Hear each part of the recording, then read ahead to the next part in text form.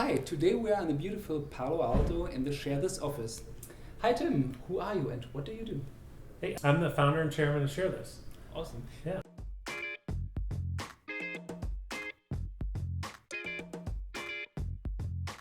How did you come up with this idea? Well, it was about 2007, and it was right when social networking started to take hold. People didn't know the term social networking yet, but I had been an investor in a number of advertising companies and noticed that the world was becoming more driven by people, people-oriented, than it was just data and information-oriented. And after a lot of research and talking to people who were using the internet from young age to older age, didn't matter, found out that people were sharing a lot, right? It wasn't just that they were searching a lot, they were sharing a lot. And some focus groups revealed that basically the number one way people got new information was through shared links. And I said, well, that's interesting, I do that, so I know it's true, but who measures it? So I started to investigate, and I started talking to research organizations and others to say, who has the data? How many times do people share? And I found out that nobody knew the answer. And so that was the beginning of realizing that there was a big opportunity if you could somehow know collectively across the web who was sharing what to whom. And how did you then start? Did you build an MVP, just checking out whether somebody would use your snippet? And actually, I co-founded it with Dr. David Goldberg at University of Illinois, who is one of the world's authorities on what you now call big data, but genetic algorithms and machine learning. Yeah. And he's kind of a rock star. And we had some PhDs working on it, and we were taking clickstream data from other websites and trying to see if we could predict behavior and whatnot. And ultimately, what we did was we developed a toolbar extension, okay, so that we could, as a user, share any page we were ever on. And we would mash up, at the time, whether it was email or MySpace or Facebook. This is before they had APIs. This was very early. And the results were pretty promising, but we knew that having a toolbar wasn't sufficient. And after talking to publishers, we found out that they obviously wanted to promote sharing on their websites, but they didn't have an easy way to do it. They had a lot of image links on their site, or a forward to a friend email image link that nobody ever used. And we said, well, if we can give you a one-stop shop to get all the services and give you the analytics, so you can actually track this and make your content more shareable, we think they would like that. And turns out we partnered actually with Alex King, who was a WordPress developer who had developed the icon at the time, but it was there was no code behind it. So we were the first ones to basically build a JavaScript service, because in order to do the tracking, we had to know every time that page was loaded and every time it was shared, what happened. And so we basically married the icon, the image, with a back-end JavaScript service, and it just took off from there. So we launched in November 2007, and I remember our goal was to get onto 200 websites in the last 2 months of the year, November, December, and we had over 1,000 sites in the first week. Wow! And I said, there's something happening here, and it just continued to take off and still growing today. Did you approach those 1,000 sites, or how did you get to acquire them? Some of the big ones, yes, but many of them did it on their own, and we quickly became a popular WordPress plugin and provided other platforms as well. So it really was organic. There wasn't a lot of PR and marketing required. Just good publishers were on other good sites, and they saw, hey, you need to use these ShareThis tools, and it just kept growing from there. And when I look at the ShareThis, I know this, yeah. So I've seen this tool, but is it that it's only software as a service, so to speak, or do you also give some kind of recommendations? For example, if I was liking some articles, that you can recommend me some other articles from other websites, for example, and monetize that recommendation even. Right. So that we're not doing that recommendation service today. So it's really providing a service to the publishers. And it's more publisher-focused tools so that they can customize their website and customize the look and get the analytics and the insights from it. But we think there are a lot of potential capabilities given the distribution, which is over 3 million websites now. So we're looking at a broad range of capabilities that we could do. One of the fundamental principles, though, was that people share in a lot of different ways. We know we all share, email, Facebook, Twitter. Yeah, we're multidimensional, right? So we're not trying to really compete with the social networks. So finding things that can be effective and valuable to users and publishers that are sort of meta social, if you will, is where we're looking to navigate. Cool. How's the revenue model working? And do we have some kind of specific pricing tiers, or what is the pricing driver? Well, it's free to publishers, and we use the data for advertising. So it's all non-PII, non-personalized data that we help advertisers understand to target the right, the users that they're most interested in a real-time basis, and that's the trick of it, right? That's the hard part, because we are generating terabyte or so of data a day, processing that, being able to across 700 million users around the globe, and being able to build audience segments for advertisers very quickly. And the advertising, how do you display it then? Is it that it's a normal banner of the blog, or is it next to this ShareThis? It's not in the widget or in the service itself. We use it for any other display or video or mobile ads that the advertiser might be trying to buy anywhere else on the web. So, to give you an example, perhaps you're sharing a lot of stuff about vacation with your friends or family.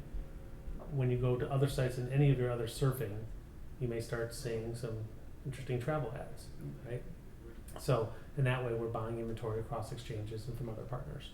Understood. So basically, this means an advertiser who wants to target some specific customer segments, and he does need some more preference information from some users, then he could go to ShareThis and say, guys, you know so much about some click preferences, I would like to buy this information, and in order to improve the advertising. Right. Well, just like search, right? Yeah. Search shown to be highly effective because it's a very good insight into what a user is interested in. Sharing is very similar. It's also very real time, meaning you have to capitalize on it quickly, or that intention fades away, the value of that intention fades away. So being able to identify these users in real time becomes very important. Tim, over the years, what have been the major obstacles during your entrepreneurial journey, and how did you overcome them? Well, I think startups grow in phases. So the first phase was that product market fit and developing the product and the service for ShareThis, and then letting that grow organically. The next phase was revenue generation, and we're still in that phase. The good news is we were patient, making sure that we built the right kind of product from a revenue standpoint before we launched it, because I knew kind of as an entrepreneur and investor that the moment you start generating revenue, if it's not going fast enough, it'll count against you. In other words, the idea sometimes is more valuable than reality if you start generating revenue and it's not growing as fast. So we held off until we had fairly large reach, and then when we turned on the revenue, it grew very quickly. So we're now in that scale mode and saying, okay, now that we've achieved that scale from a revenue standpoint, go back and look at where else are we investing on the product side, because we think there are a lot of possibilities still. It's the early days of social on the web, and so picking the right spot and the right roadmap for us is really important. That'll lead to, I think, next generation of growth. And were there any other obstacles that you said, oh, this was a really hard or decisive point in the history, and this was the situation, and this is how we managed it? Well, one of the things, for example, in the early days, is we decided to work with advertisers instead of just selling our data. And we believed that was important for a number of different reasons. One, we didn't want to provide a negative perception to users. We didn't want to have publishers question what we were doing with the data. And at the end of the day, we said, hey, if anybody knows how to use this data, it should be us. Yeah. So we did something that was, we could have easily just sold the data and had revenue. We said, no, we're going to go sell it ourselves and really work through the issues and the challenges of how effective does this make advertising. And I think we worked through that well. And now we're at a point where we're saying, okay, now let's look at how we can partner with this data in a way that doesn't create channel conflicts or other issues. I think the issue with data nowadays in advertising, programmatic advertising, is the quality of data varies greatly depending on where the data comes from. And usually it's latency is an issue. The data is too old. And so that signal quality is low. Ours is very high. It's real time. So we're very selective in terms of who we partner with and how we go to market with that. So that's something that we're in a number of conversations now and exploring that and are pretty enthused about what can be done with it. And so that's we're on that challenge right now. When you grew the organization, like from your first start of like 2-3 people to maybe like 20, 30, what have been your findings when building the organization? Was there some point of saying, wow, I didn't expect that?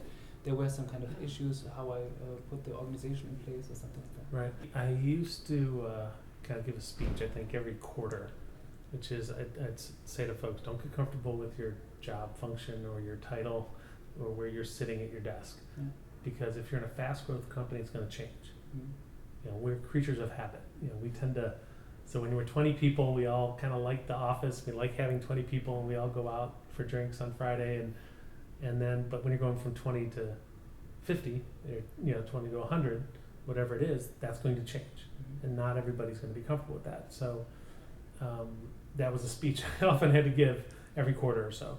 The other thing that happens, and the reason you have to sort of look at everything from zero baseline in terms of staff and overall resources, is that you grow given a certain set of assumptions, and over time some of those assumptions prove to be valid or false, right? And so you have to correct as you go. I think every company goes through it regardless of size, and so that's something to keep in mind, that I think I'm reminded of often. Just when things are going great and you have several months of great growth and great success, you're reminded, wait a minute, we have to recalibrate. And that's not necessarily a bad thing. We shouldn't assume that this is just like a linear process, that growth just keeps going and cranking without any change in market conditions or change in underlying metrics, right? So that's one of the big reminders, is that you need to readjust and calibrate every so often.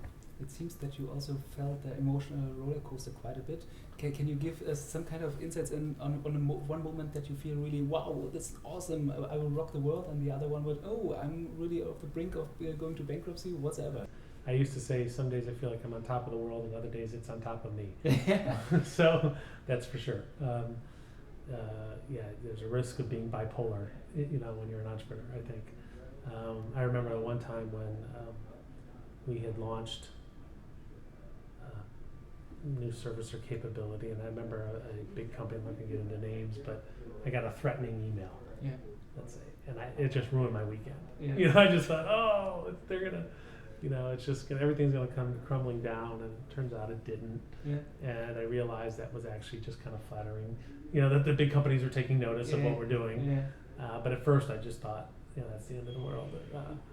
You know, competitors would come out and people say, oh, somebody's doing exactly what we're doing. And over time, again, it proved that that's not, you know, you put it in perspective, I guess, is the point, right? And when enough of those things happen, you get more and more of that perspective. And in our case, the moat, defensibility we have is the distribution. You know, the 3 million websites. You know, those are all independent decisions. Publishers come to us to get our tools, and I think that strengthens the network. I used to say in the investing days as a VC, companies that come on the radar screen quickly go off the radar screen quickly. So it's easy to kind of fall into a hype cycle, and but if there's no business fundamentals there, you'll go away just as fast. So so what I like is that it's grown over time, you know, and we certainly have had fast growth, but it's also been building I believe a really strong foundation, and that's the most important thing. When I look at the publisher, is there any kind of benefit that you're offering them that is based on this economies of scale, or is it just it's free and you have analytics for your website? Right now it's free in analytics, although with some of our biggest publishers, we roll up our sleeves, and we've been, matter of fact, in one of them recently, we did a hackathon with their team and our team, Okay. and we're exploring ways that publishers could take advantage of that data and take advantage of that network in bigger ways that aren't possible today. So we believe that because of that distribution and because of the type of data that we have, we could enable new capabilities that just aren't possible with others, and that's where we're looking to navigate, not to replicate features. Recommendations, for example, have been around for a long time, and then you've got Outbrain and Taboola and others doing some of those sorts of things. Well, that's possible with our data or without our data. But what we want to look at is what's possible that nobody else could replicate that would be unique. So that's where we're headed, and we like working with the customers. And I've always been about customer-driven design. That's basically how ShareThis was created, was really understanding, end users and then publishers. So we like to get real close to those publishers to figure out where we're going to navigate next. Lots of first-time entrepreneurs think, oh, I need so much money to start a company. How much money did it take you to really start? We kept a very low burn rate. So, it was 3 or 4 people, college students, basically PhD students for a while. And even when it took off, in terms of the distribution, it was pre-revenue. And we said, look, we have a fixed burn rate, and we're not going to violate it. And in fact, luckily we raised a Series B at March 1st of 2008. So just before the market started to crash. And I remember saying, okay, this needs to last forever. Yeah. And our plan was going to last at least 3 years until we had visibility in terms of the revenue growth. And that's exactly how we did it. We didn't spend any more than we were already spending. And then when the revenue started coming in, and it, first 3 years we blew away by probably 20% our revenue projections, then we were able to invest in the growth. So if I'm looking at shareability, you need some social networks who are open.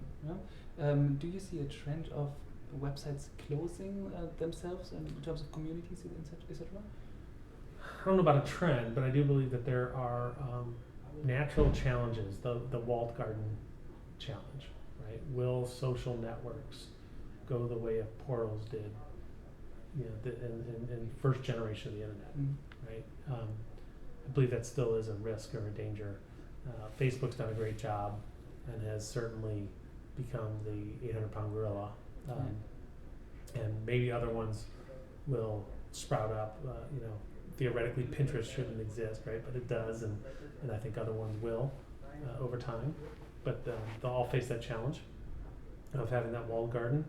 And the internet's an open place, and that's how we've designed ShareThis, is to the assumption that people will always share in different ways, not just one singular way.